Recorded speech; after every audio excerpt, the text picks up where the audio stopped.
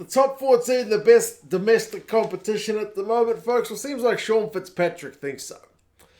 Got me pondering, which is like my favourite league to watch. I'm trying to be kind of objective about it, but I'm going to go through some of the leagues in World Rugby. I've got a few stats, but not a heck of a lot. This is just kind of me, just kind of gut feelings about each competition, and you guys can let me know where you kind of agree, where you disagree, and like what you like about each competition and potentially dislike about it. And yeah, we'll go from there basically. So yeah, Fitzy was on the breakdown and was talking up the top 14 basically, saying that's the premier competition in the world. And I do feel like what the top competition is does fluctuate. It's not static. It didn't take me much of a Google to find an article from only 2017 which said, oh, the top 14's in trouble, attendances are down, the Premiership is flying high with great attendances and blah, blah, blah. And I feel like if you look back at the early days of Super Rugby when we had massive crowds and generally very competitive competition, there was a time when Super Rugby was certainly the pinnacle of club rugby at the moment. But top 14 does certainly seem to be in a great place at the moment. French rugby seems to be doing really well. Kind of sucks for us down here in New Zealand because we don't really get to see it because there's no broadcast partner. I believe the domestic French TV deal is fantastic and they get heaps of old cash from their broadcast deal, but it's not made up for much New Zealand money because we don't get the competition down here. We used to get it, but that does seem to be a bit of a missed opportunity. I don't know, maybe New Zealand fans and other fans in South Africa, Australia, I'm not sure if you guys get to see it, but maybe we just don't care, no matter how good French domestic rugby is doing. I don't know how many people would be interested in tuning in. There's certainly a few kind of Aussies and Kiwis and South Africans, and certainly a heck of a lot of Argentinians and Fijians and whatnot, gracing the top 14 with their presence and just that plethora of great French talent at the moment, as part of that French side, just French rugby at the moment seems to be in a really good place. But I did have a quick look at the top 14. Their attendances seem to be great. I couldn't get like a team-by-team breakdown of what the average attendances were, but by all accounts, their attendances are setting kind of record levels. They're up on last year. La Rochelle sold out a stupid number of games in a row, and the atmosphere at the French games looks to be pretty fantastic. If you don't know about the top 14, there is a relegation system as well, so the bottom teams, their season is not over. Like, once they've lost their first 10 games or whatever, it's not like they don't have anything to play for because they still have to try and stay up. There is a relegation thing at the bottom.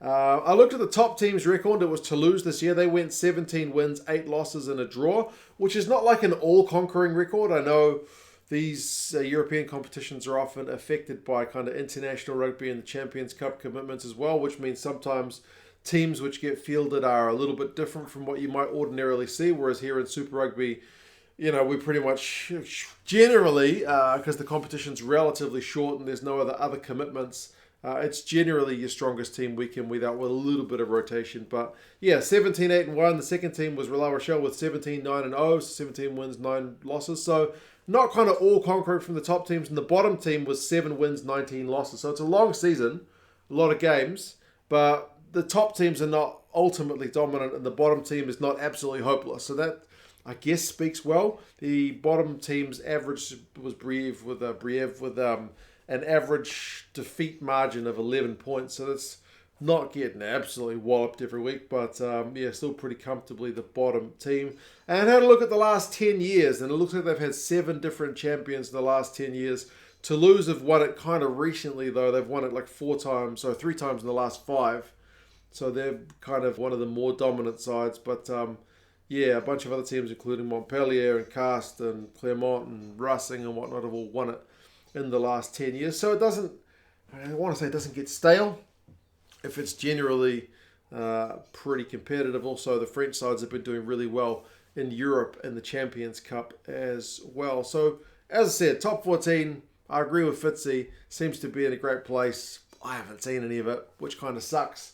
But, it seems to be doing very, very, very well. Now, compare that with the URC. The URC I have genuinely enjoyed a lot since the South African teams have joined in with the old Pro 14 teams, the teams from Ireland and Wales and Scotland and Italy.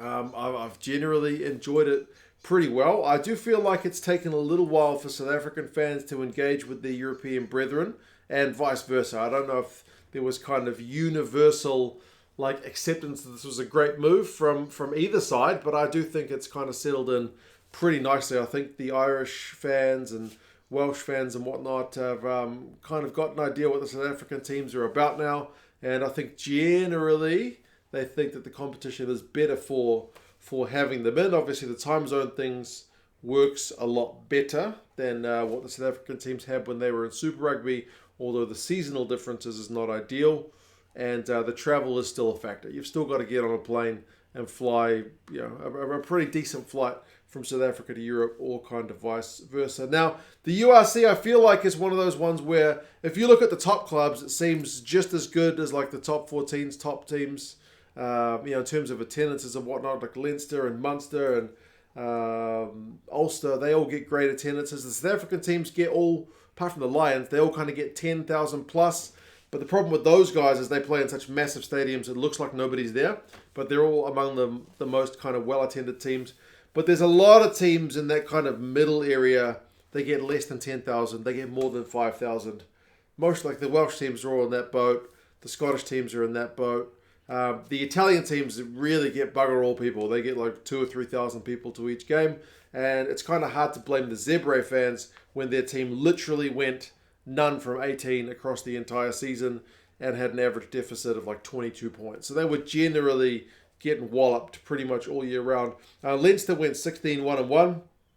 Ulster went 13-5-0 across the season. So Leinster was pretty dominant in the regular season, but interestingly for the competition didn't make the final. So yeah, it's a bit of a mixed bag with the URC. The top teams are really good, but you feel like for the competition as a whole, you'd probably like to see the Welsh sides take it up another notch. I know Welsh rugby's got its own problems right now. The Scottish sides seem to be always a bit Jekyll and Hyde. One of them will do well and one of them maybe not so much. Benetton tends to do better than Zebre with the Italian sides. But yeah, I still feel like the URC is doing well. They broke attendance records as well. But like I said, it's really, the top sides do really well. Leinster gets almost 20,000 fans a game. Whereas, some of the sides don't even get 5, like the Italian side. So, yeah, it kind of depends on which games you watch. I also think the URC suffers a little bit from squad rotation. There's a fair few B teams that get sent out in the URC, either because they got to make the trek to South Africa. Sometimes the European sides are like, nah, we're not sending the big guns down that way. We've seen numerous shots of the South African guys traveling in economy class. It was the Lions, right, on their trips to Europe, which is not ideal.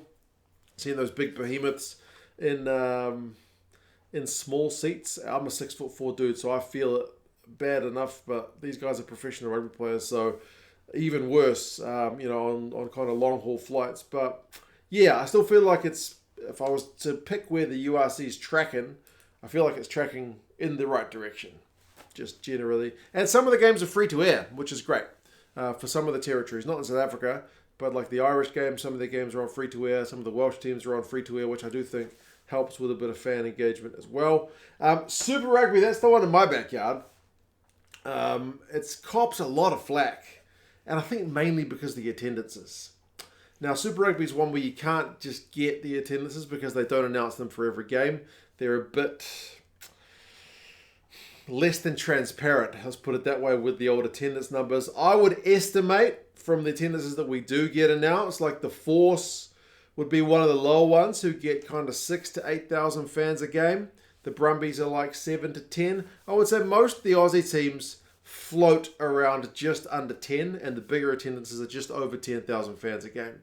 They're not getting less than 5,000 fans, so it's not kind of dire in that regard. And I would say on average, the Kiwi teams probably get around 10, maybe 15 at bigger games. The Blues will occasionally get 20,000 if they're hosting like the Crusaders. I think the Chiefs got 20,000 when they hosted the Crusaders. If the Crusaders are coming to town, you're going to get a bigger crowd. But yeah, they also play in big stadiums, so it just looks rubbish. The only one that doesn't look rubbish is the Fijian Drua. Their crowds look fantastic. They're always 10,000 plus. They're always very vocal. Those are the best fans who would give like the top 14 guys a run for their money. Absolutely. Moana Pacifica's crowd's been pretty awful, but their team was pretty awful this year, so it kind of makes sense. They're a new team in a city which has already got a Super Rugby team, and they don't have any big gun players, not really. And like in terms of like, they don't have any All Blacks or guys that are going to be on a cover of the next kind of rugby video game kind of thing. They don't have anybody like that, so it's kind of a hard sell. They went 1-13 this season, so slightly better than Zebre. With an average points deficit of -18. So, yeah, tough season for them. The Chiefs were the top team with 13-1. The Crusaders went 10 from 14, but the Crusaders won it again, and they've won it 7 times in a row. So, in terms of that, having different teams win it, Super Rugby maybe struggles a little bit with that. But as I said, every time the Crusaders come to town, that's a big draw. So, take that for what it's worth. I should have mentioned the URC has had 2 different champions in 2 years. Prior to that, Leinster went on some big run in the Pro 14. Prior to that, I think Connacht won it and Glasgow won it. But yeah, Leinster's recent dominance, like the Crusaders and Super Rugby, was ended in the last couple of years. The main other one I've watched is the Premiership. Now, the Premiership, interestingly, like attendance-wise, seems to be doing pretty well. Most of the teams get more than 10,000 fans a game, which I would assume is probably similar to the top 14. Probably a bit better than Super Rugby, and certainly better than the majority of the URC teams. It was only, I think, Newcastle, Sale, and London Irish that didn't average 10,000 fans a game, and like Leicester were averaging more than 20, which is a pretty bloody good set of attendance numbers. And like the top 14, like the top teams didn't go on these 13-1 like the Chiefs, 16-1 like Leinster. Like Saracens had 15-5 as their record, so not utterly dominant. They did end up winning the competition. Sale were 14-6. Newcastle were the worst team with 6-14. So I do feel like there's maybe a bit more parity in the Premiership, similar to the top 14 compared to the URC and Super Rugby, where there's more of a gap between the haves and the have-nots. The Premiership's also seen a variety of champions, although Saracens are the most dominant. They've won it like 5 times in the last 10 years, so not quite Crusaders level. Similar to what Leinster used to do in the Pro 14, I guess. You've had Leicester win it, you've had Harlequins win it, Exeter have won it. So there's been a variety, but still there is one kind of largely dominant team. The bad thing about the Premiership right now, though, is you've had 3 teams go under in the last 12 months. You've lost Worcester, you've lost now London Irish, and you've lost Wasps. Yeah, so that's not a great look. That puts a big old cloud above the entire competition. So as well as they may be doing with like crowd attendance and engagement and the local rivalries and stuff, the fact that some of your teams have gone under is just genuinely a pretty bad look. We do get the Premiership broadcast here in New Zealand, likewise the URC. So that's kind of an interesting one, but it's not the kind of thing you're going to hear people talking about on the bus here in NZ about, Saracens win over Sale in the kind of final thing. It's probably not going to happen. You'd be lucky to hear them talking about Super Rugby at times. Other leagues, the Japanese League One, I've not really followed at all. We did have the broadcast here a couple of years ago when like Bodie was over there. The Sky New Zealand guys would market it like, check out the New Zealand Stars are over in Japan. Kind of seems a bit like Super Rugby in the URC that there's the big haves and the have-nots. Like the Wild Knights went 15-1. For their season, which they ended up winning, and then the bottom team had 1-15 as their regular season record. So there seems to be a bit of a gap between the big teams and the other teams. 12 teams in the competition overall. Obviously, it's still a relatively new competition in terms of the change from the old top league. So we'll have to see how that kind of beds in. Professional rugby in Japan. Still kind of a new thing in its current format, but yeah, we'll see how it develops. They're certainly getting a few big name players over there, which is pretty pleasing. The MLR in the States, I wouldn't say like it's professional rugby, but as far as I'm aware, most of these guys have to have other jobs in the off season. It kind of reminds me of, I guess, like the NPC over here in New Zealand is, I guess, my closest one. I've watched it a couple of years. I haven't seen much of it this year. From what I have seen, there's small groups of diehard fans, which is great. There does seem to be more engagement year on year, which is really pleasing. But these guys aren't getting paid big bucks. Like I said, I think they have to have other jobs in the off season. But if you do have guys playing professional rugby, week in, week out for part of the year, that can only be a good thing for the game going forward. I mean, sometimes it's still, like, you'll see them playing on grounds which aren't solely rugby grounds. So you'll see the markings of other sports on the lines that can be a bit distracting and whatnot. But it's free to air online on the Rugby Network, which is great to see. So got a few big guns over there. Ma'anonu's still playing over there, so that's a good thing. And then the Super Rugby Americas competition is one I know virtually nothing about, other than that there's a couple of Argentinian teams, a Uruguayan team, a Chilean team, one of the former MLR teams is there. I think there's a Paraguayan team there as well. And again, like, getting rugby played by guys who maybe otherwise would not be playing rugby for a paycheck is a good thing. But yeah, as to the question as to whether the top 14 is the top competition in the world right now, it does seem to have the right mix of, it's got great fan engagement, it's got great teams, like the fact that La Rochelle, the European champions, speaks to the fact that the teams are really doing very well. I do wish we got to see a bit of it over here, but like I said, I'm not sure how easy a sell French rugby would be to New Zealand fans. The other competitions have certainly got things about them which I enjoy. I feel like the on-field product for Super Rugby has been great. The TV viewership numbers are apparently very good. The YouTube highlights numbers are certainly great, but we probably need to get more bums on seats at the games. The URC probably needs, it's probably a little bit, as I said, lopsided.